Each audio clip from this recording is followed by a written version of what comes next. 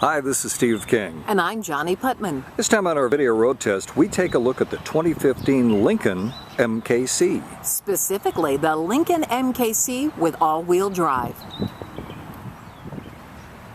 This stylish Lincoln is up against some equally stylish competition. For example, the Audi Q5, the Acura RDX, and the Cadillac SRX. Well, you're probably not going to do any drag racing, but it is kind of cool to know that the EcoBoost engine that you've got under the hood of this MKC is the same engine you'll find under the hood of some 2015 Mustangs.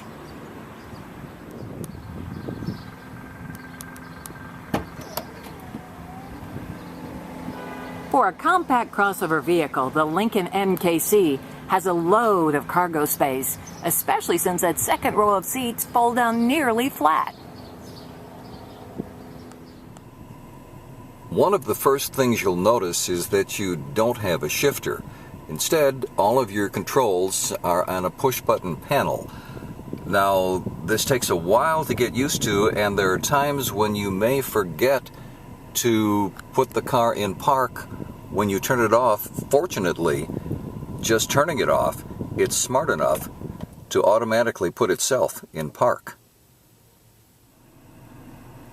Some of the neat technology on the Lincoln MKC is the active park assist, the lane keeping sensors, and, of course, your backup camera. We've decided to leave the My Lincoln Touch debate to someone else. We will show you the easy-to-read gauges, but speaking of easy to read, there were times, especially when driving at night, when we wished that some of the controls on the steering wheel were a little easier to see. I know, it looks like a sticky-fingered 3-year-old has been playing with the screen, but that's just what happens when you touch the screen. For some reason, it gets very smudgy. Neither of us are overly impressed with the climate control system. There are times when we feel that the air is coming on a little too strong, and other times when we feel that we wish there was a little bit of airflow because we're getting kind of stuffy. And the side vents are positioned so that they blow right on you regardless of how you position them. You often hear us talk about how good the fits and finishes are in a vehicle.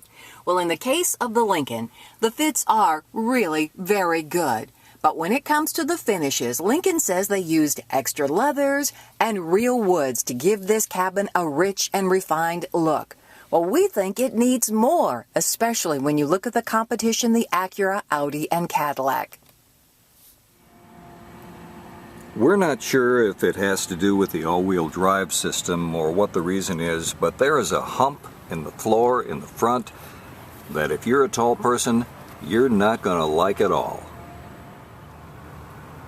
If you are relegated to the back seat and there's anything resembling a tall person in front, chances are your feet are not going to be very happy campers.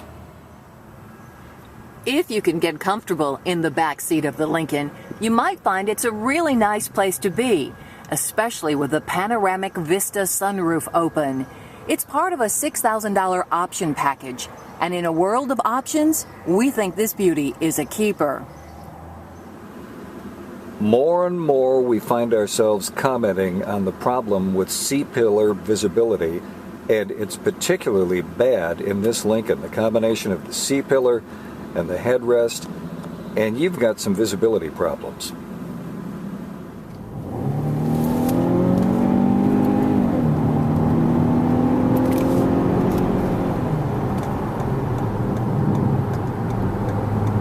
This 2.3-liter, 285 horsepower turbocharged engine feels fine to us for expressway merging.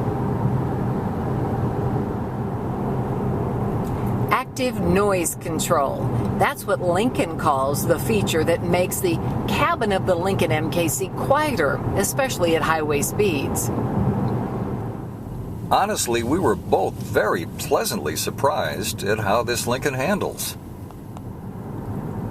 With this zippy turbocharged engine, gas mileage was not bad. The MKC is rated at 18 and 26. We got a combination highway and city driving of 21 miles per gallon. As we're driving it, this Lincoln MKC stickers at $49,265. As always, for more information, check out what our friends from Consumer Guide Automotive have to say at cgdailydrive.com.